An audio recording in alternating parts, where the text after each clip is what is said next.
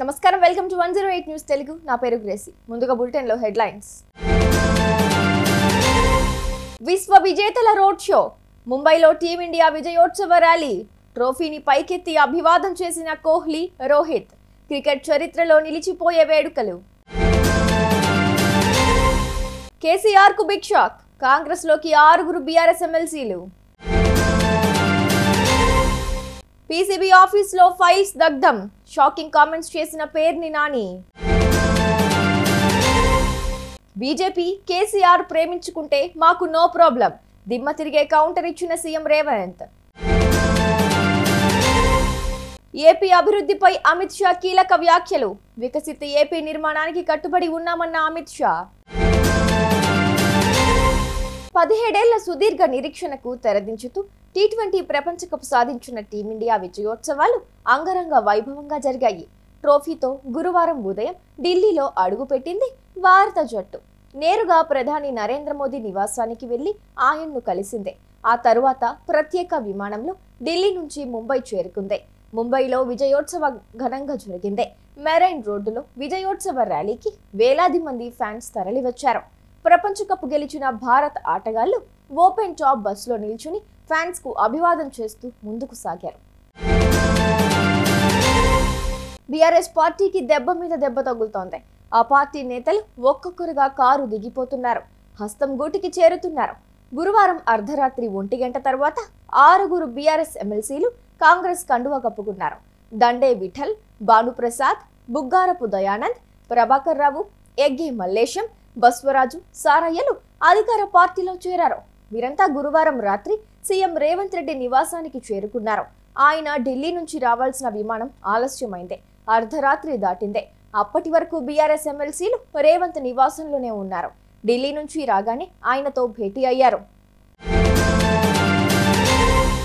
యనమల కుదురు PCB mining శాఖ కార్యాలయానికి చెందిన ఫైల్స్, రిపోర్ట్లను సిబ్బంది కృష్ణానది కరకట్టపై దగ్ధం చేసిన విషయం తెలిసిందే. దీనిపై మాజీ మంత్రి, వైసీపీ నేత పేర్ని నాని స్పందించారు. కూటమి ప్రభుత్వంలో పీసీబీ ఫైల్స్ దగ్ధం జరిగితే ఆ తప్పులతో తమకేమీ సంబంధం అని ఆయన ప్రశ్నించారు. ఆ ఫైల్స్ వైఎస్ఆర్ కాంగ్రెస్ పార్టీ కార్యాలయంలో తగలబెట్టామా అని ప్రశ్నించారు. ఫైల్స్ దగ్ధంపై అవసరమైతే సిబిఐ, సిఐడితో విచారణ జరిపించుకోవాలని సూచించారు. పత్రాలు తగలబెడుతుంటే అధికారంలో ఉన్న వాళ్ళు ఏం చేస్తున్నారని నిలదీశారు.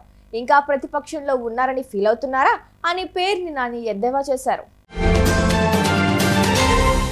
కాంగ్రెస్ ప్రభుత్వంపై విరక్తి చెంది మరికొన్ని రోజుల్లోనే జనం టార్చ్ లైట్ పట్టుకుని బీఆర్ఎస్ పార్టీని దోలాడుకుంటూ వస్తారన్న గులాబీ బాస్ కేసీఆర్ వ్యాఖ్యలకు CM Revanth Reddy strong counter ఇచ్చారు.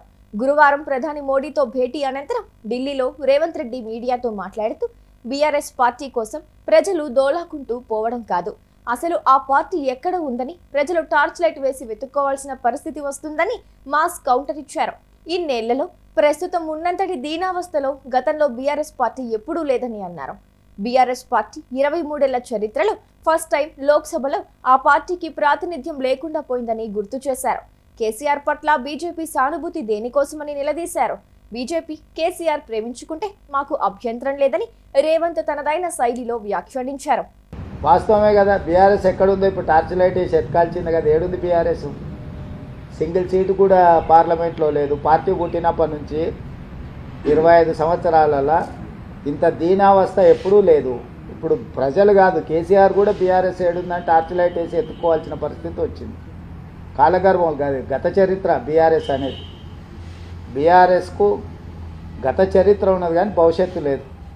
నిన్న లక్ష్మణ్ కూడా రాష్ట్రపతి ప్రసంగం ధన్యవాదాలు మాట్లాడుతూ 5 నెలలకే విసిపోయారు ప్రజలు. ఇప్పుడు మార్పు కోరుకుంటున్నారు. ఎప్పుడు ఎలక్షన్ జరిగినా బీజేపీ రావడం ఖాయం. ఎప్పుడు జరుగుతుందని వారి ఉద్దేశం? ఏమో మీ మీద మరి అంత నమ్మకం ఉంది, ఎప్పుడైనా జరుగుతుంది వాళ్ళ కోరిక. ఉత్తరప్రదేశ్లో వాళ్ళ ప్రభుత్వం మొన్ననే వచ్చింది, ఏం జరిగింది? మణిపూర్లో వాళ్ళ ప్రభుత్వం ఉంది, ఏం జరిగింది? మహారాష్ట్రలో వాళ్ళ ప్రభుత్వం ఉంది, ఏం జరిగింది? ఇట్లా వివిధ రాష్ట్రాలలో భారతీయ జనతా పార్టీ అధికారంలో ఉన్న రాష్ట్రాలలో ఆ ప్రభుత్వాల మీద విరక్తి చెంది ప్రజలు ఇండియా కూటమికి అత్యధిక సీట్లు గెలిపించిండ్రు. భారతీయ జనతా పార్టీ నాయకులు ఎవరైనా మాట్లాడే ముందు వాళ్ళ పార్టీ యొక్క దీనావస్థ, దాన్ని పరిగణలోకి తీసుకొని మాట్లాడితే బాగుంటుంది. రెండవది, భారతీయ జనతా పార్టీ నుంచి కానీ బీఆర్ఎస్ నుంచి కానీ ఇంతకు మించి తెలంగాణ ప్రజలు ఏం ఆశిస్తలేరు. ఎందుకనంటే వాళ్ళ ఆలోచన, వాళ్ళ అక్కస అనేది ప్రజలందరికీ తెలుసు. ఆంధ్రప్రదేశ్ అభివృద్ధిపై కేంద్ర హోంమంత్రి అమిత్ షా కీలక వ్యాఖ్యలు చేశారు. ఢిల్లీలో ఆయన్ను చంద్రబాబు కలిశారు. ఈ నేపథ్యంలో అమిత్ షా మాట్లాడుతూ వికసిత్ ఏపీ నిర్మాణానికి కట్టుబడి ఉన్నామని హామీ ఇచ్చారు. ఆంధ్రప్రదేశ్ ప్రగతిపై సీఎం చంద్రబాబు, టీడీపీ ఎంపీలతో చర్చించామని కేంద్ర హోంమంత్రి అమిత్ షా తెలిపారు. కాగా ఏపీ సీఎం చంద్రబాబు నాయుడు దేశ రాజధానిలో ప్రధాని మోడీతో పాటు కేంద్ర హోంమంత్రి అమిత్ షా పలువురు కేంద్ర మంత్రులను కలిశారు. ఏపీ విభజన హామీలు, పోలవరం ప్రాజెక్టు, వెనుకబడిన జిల్లాలకు నిధులపై చర్చించారు. చూసారుగా, ఇవి ఇవాల్టి బులెటిన్ అప్డేట్స్. మరో బులెటిన్తో మళ్ళీ ముందుకు వస్తాను. అంతవరకు కీప్ వాచింగ్ 108 న్యూస్ తెలుగు.